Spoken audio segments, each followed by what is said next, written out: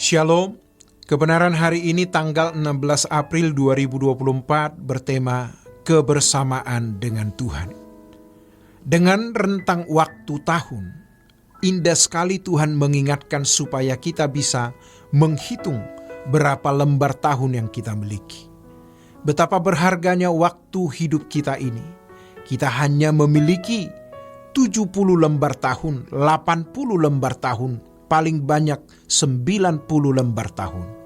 Selama tahun-tahun itu diberikan kepada kita dan kita jalani, apakah kita benar-benar berjalan bersama Tuhan?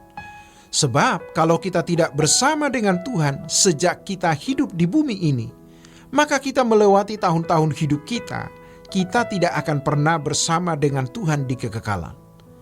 Dan ini hal yang paling prinsip di dalam hidup ini, kebersamaan dengan Tuhan. Kalau kita memeriksa diri dengan jujur, apakah tahun-tahun yang kita miliki tersebut benar-benar terwarnai oleh kebersamaan kita dengan Tuhan atau tidak? Biasanya, orang tidak memedulikan. Kalau tahun lalu dinilai, apakah kita hidup dalam kebersamaan dengan Tuhan? Kemudian berlanjut pertanyaannya, apa ukuran kebersamaan dengan Tuhan dalam tahun itu? Ya, mesti kita lebih melihat detail hari hidup kita, bulan, minggu, hari, jam, dan menit-menit hidup kita. Dari 360 hari, apakah kita benar-benar dalam kebersamaan dengan Tuhan atau tidak? Coba kita melihat per jam kita, lalu kita melihat per menit, apakah kita ada dalam kebersamaan dengan Tuhan? Kalau tahun lalu kita sulit menilainya, coba kita lihat dari hidup kita sekarang, jam kita sekarang, menit kita sekarang. Karena orang tidak bisa mendadak berjalan dengan Tuhan atau mendadak terpisah dari Tuhan. Irama hidup yang kita miliki di tahun lalu menjadi irama hidup yang sekarang ini kita jalani. Tidak beda jauh, mungkin juga sama persis. Jadi, menilai 365 hari kita tahun lalu, kita lihat dari hari-hari hidup kita sekarang ini. Apakah bersama dengan Tuhan? Sekarang kita melihat menit kita hari ini. Apa yang kita lakukan? Dari kita bangun tidur, bagaimana kita mengisi menit-menit hari kita, menit-menit hidup kita, apa yang kita lakukan? Setan membuat orang terlena, tidak waspada, tidak mengenali dirinya dengan benar, dan ini mengerikan. Ini bukan hanya berlaku bagi mereka yang ada di luar lingkungan gereja, namun termasuk yang ada di lingkungan gereja dan kesibukan pelayanan di lingkungan gereja dan sekolah tinggi teologi. Karena bukan tidak mungkin kita sibuk dalam urusan gereja, tapi kita tidak berjalan dengan Tuhan. Sangat besar kemungkinan itu bisa terjadi. Tanpa sadar, sering kita memperhatikan pekerjaan gereja, pekerjaan pelayanan secara teknis, sedangkan kita sendiri tidak melekat dengan Tuhan.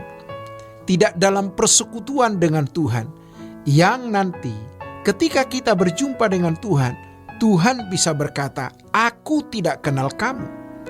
Setelah melewati rentang panjang perjalanan hidup, sejatinya kita harus lebih bisa menghayati dan merenungkan.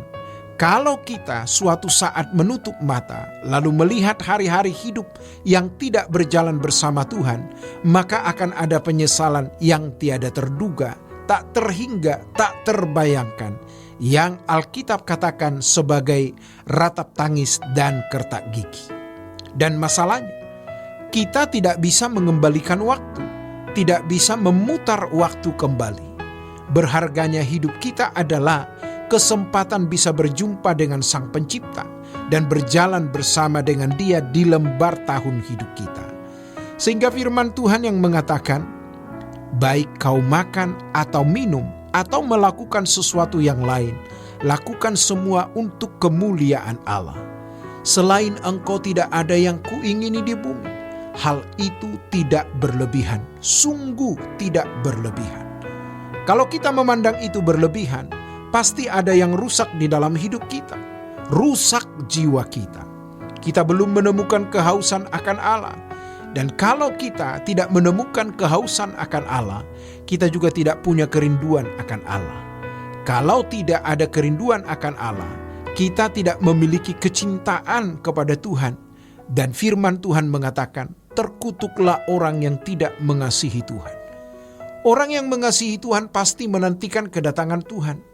Kita khawatir jangan-jangan hati kita sudah tidak bisa diarahkan ke Tuhan, tidak mampu mencintai Tuhan, karena kita tidak dalam kebersamaan dengan Tuhan. Mestinya kita ada dalam kebersamaan terus, sampai kita tidak bisa terpisah dari Tuhan.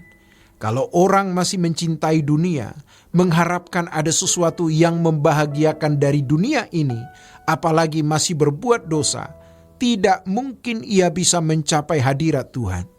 Kita memang tidak selalu berhasil, kadang-kadang gagal hidup suci, tapi harus segera dibereskan. Jangan hidup sembarangan. Sebab hidup di hadirat Tuhan itu bukan fantasi.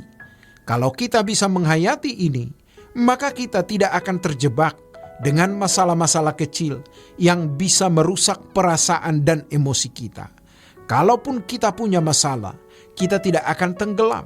Sebaliknya, kita akan tenggelam dalam menghayati Tuhan.